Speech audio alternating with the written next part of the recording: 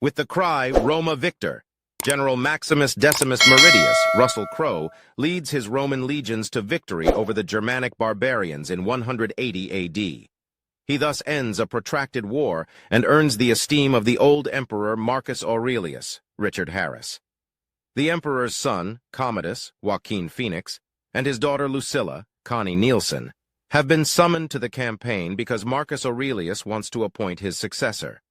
Commodus, confident that he'll be elected, is friendly toward Maximus and calls him Brother Lucilla, and Maximus apparently had a romantic relationship in the past. Commodus fears that seeing him again will burden her. Lucilla has since married, had a son, and is widowed. Marcus tells Lucilla he asked her to come because her brother, who likes her very much, will soon need her more than ever. Marcus appoints the morally upstanding Maximus as his successor, with the understanding that Maximus will eventually restore the Roman Republic by returning power to the Senate.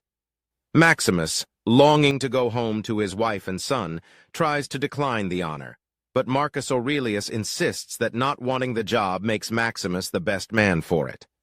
At the end of a wrenching interview in which Commodus accuses his father of not recognizing his virtues and never loving him, Commodus confesses that all he ever wanted was his father's love and approval, and then he smothers him. Declaring himself emperor, Commodus asks Maximus for his loyalty, which Maximus, realizing Commodus's involvement in Marcus Aurelius's death, refuses. Commodus orders Maximus arrested and executed and dispatches Praetorian guards to murder Maximus's wife, Giannina Facio, and young son, Giorgio Cantarini. Maximus narrowly escapes his execution and races home only to discover his family's charred and crucified bodies in the smoldering ruins of his villa. After burying his wife and son, a grieving Maximus succumbs to exhaustion and collapses on their graves. Slave traders find Maximus and take him to Zucabar, a harsh province in North Africa, where he is bought by Proximo, Oliver Reed, the head of a gladiatorial school. Distraught and nihilistic over the death of his family and the betrayal of his empire, Maximus initially refuses to fight, but as he defends himself in the arena, his impressive fighting skills lead to a surge in popularity with the public. As he continues to train and fight, Maximus befriends Hagen, Ralph Moeller, a Germanic barbarian, and Juba, Jimon Hounsou, a Numidian hunter. Juba becomes a close friend and confidant of the grieving Maximus, and the two frequently talk about the afterlife and Maximus's eventual reunion with his family. In Rome, Commodus reopens the gladiatorial games to commemorate the death of his father and proclaims 150 days of celebration to win the affection of the Roman people. Proximo's gladiatorial troupe is hired to participate. Proximo explains to Maximus that his skills as a fighter won't be enough in Rome.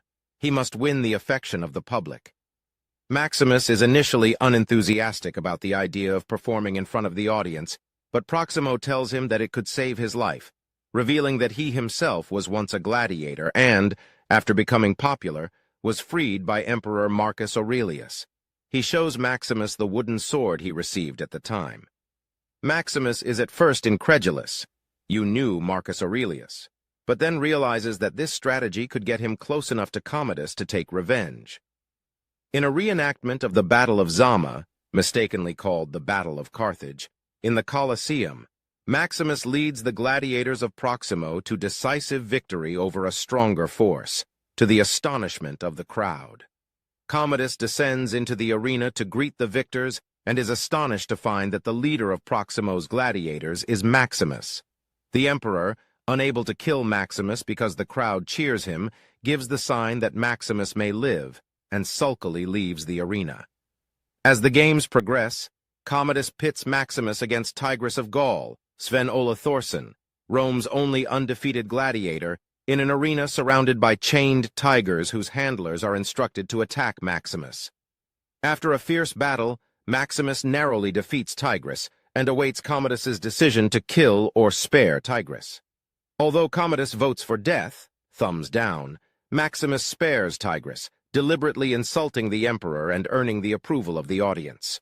With his bitter enemy now known as Maximus the Merciful, Commodus becomes increasingly frustrated at his inability to kill Maximus or stop his rising popularity as Commodus's own popularity declines. After the battle, Maximus meets his former servant Cicero, Tommy Flanagan, who reveals that Maximus's army remains loyal to him. They camp in the port of Ostia. Lucilla, increasingly fearful of her brother's instability and incestuous desires, plots with Maximus and Senator Gracchus, Derek Jacobi, to reunite Maximus with his army and overthrow Commodus. Commodus, however, learns of his sister's betrayal by her young son Lucius, Spencer Treat Clark, and by threatening the boy, forces her to expose the plot. The Praetorians immediately storm Proximo's gladiator barracks and fight the gladiators while Maximus flees. Hagen and Proximo are killed in the siege, and Juba and the survivors are captured. Maximus flees to the city walls, but is ambushed by a group of Praetorians who use Cicero as bait and kill him as soon as Maximus comes out into the open. Commodus concludes that legends born in the Colosseum must die there, and personally challenges Maximus to a duel before a raucous audience. Commodus acknowledges that Maximus's abilities exceed his own and deliberately stabs Maximus in the lung with a stiletto, leaving the wound hidden under the gladiator's armor. In the arena, the two exchange blows before Maximus snatches the sword from Commodus's hand. Commodus asks his guards for a sword, but they refuse to lend him their weapons. Maximus drops his own sword, but Commodus draws a hidden stiletto and attacks again. Maximus then strikes Commodus down and kills him with his own stiletto. As Commodus collapses in the now silent Colosseum, the dying Maximus sees his wife and son in the afterlife.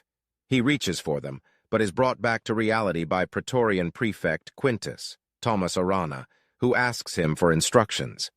Maximus orders the release of Proximo's gladiators and Senator Gracchus, whom he reinstates and orders to lead the restoration of power in the Senate.